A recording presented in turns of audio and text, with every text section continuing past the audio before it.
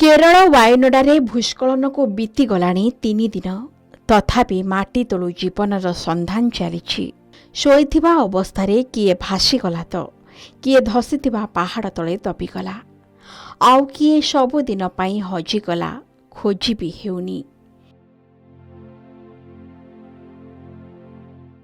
एबे भी सरुनी उद्धार कार्य। उद्धारकारी टीम को कहिबा अनुसायी 1,500 लोकों को उद्धार करागलानी।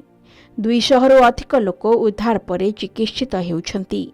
एबे भी प्राय 500 रु अधिक लोक निखोज अछंती।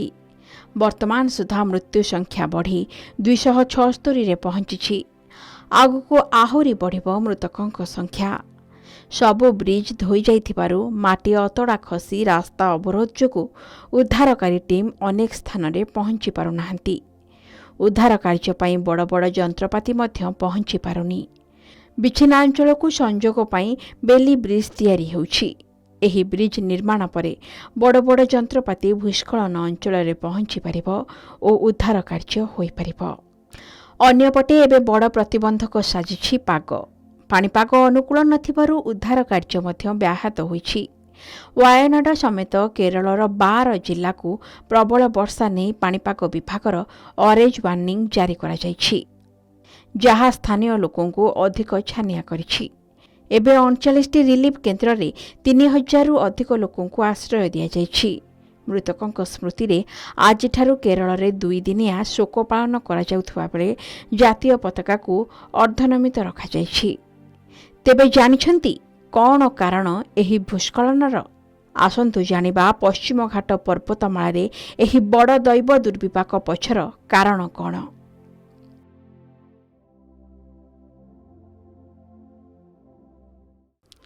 पश्चिमघाट पर्वतमाला रे थिबा केरलर अधिकांश जिला भूस्खलन और बन्या भली प्राकृतिक विपर्ययर सामना करिथांती। एहार भौगोलिक स्थिति एभली जे अधिक वर्षा एहिठारे ही होइथाए। एही पर्वतमाला रे प्रायतः पागरे परिवर्तन देखा देइथाए। भारतीय महाकाश गवेषणा संस्था इसरो पक्षरु गत वर्ष जारी होइथिबा सूचना अनुसार भारत में भूस्खलन प्रवण 30 जिला मध्यरु केवल केरल रे रहिछि 10 जिला। आउ वायनाड एही क्रम रे 13तम स्थान रे रहिछि। केरल समेत तमिलनाडु, कर्णाटक, गोवा और महाराष्ट्र पश्चिम घाट और कोंकण पर्वतमाला अंचल रे रहिछि। केरलर पश्चिम घाट घन जंगल रे भरपूर थिला। तेबे 1950 रु 2018 भितरे वायनाड जिला तार 62% जंगल हराई सारिछि। सर्वे अनुसार वृक्षरोपण होइथिबा अंचल रे ही 59% भूस्खलन होइछि। आरब सागर रे उत्ताप बढ़ुथिबा जोगु केरल रे वर्षार परिमाण वृद्धि पाइछि। पागरे परिवर्तन जोगु गभीर बादल बा डीप क्लाउड सृष्टि हेउछि, जहा फल रे प्रबल वर्षार प्रभाव रे भूस्खलन हेउछि। पुणी एही अंचलर पहाड़ पर्वत सबु 20 डिग्री ढଳି रहिथिबारु वर्षा जल प्रबल बेगरे उपरकु तळकु आसीथाए, जहा भूस्खलनर अन्य एक कारण। आहुरी मध्य वर्षा वितरण ढांचारे परिवर्तन मध्य भूस्खलन को बढ़ाई देछि। पश्चिम घाटरे एभली स्थिति विषय रे विशेषज्ञ माने 14 वर्ष तळु सतर्क कराइथिले। एमिति कि एभली विपद को रोकिबा पई कोन करा जाई पारे ताहा मध्य जणाइथिले, हेले से सबु कार्यकारी करा जाई नाही। भूस्खलन प्रवण अंचल को संवेदनशील घोषणा करबाकू सेमाने प्रस्ताव दैथिले। एठारे खणी उत्तोलन कार्य और बृहत प्रकल्प न करने को परामर्श देथिले, जहाको पालन करा जाय नाही। सेथिपाई आज भोगिबाकू पड़ुछि एभली दुर्दशा।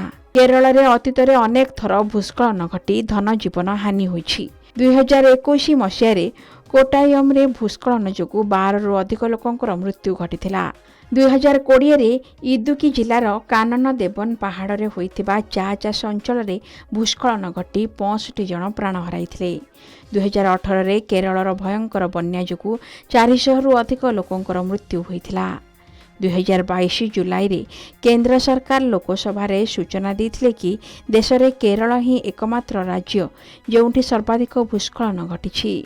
2015 रु 2022 मध्य 3782 भूस्खलन घटिथिबा सूचना रहिछि। सतरे प्रकृतिर कोप आगरे मनीष छार मात्र। किंतु मनीष जेउठी निज भूल जोगु दुर्दशा भोगे ତାହାର ଉଦାହରଣ ହେଉଛି ୱାୟନାଡ ଭଳି ଏହି ଭୟାନକ ପ୍ରଳୟ।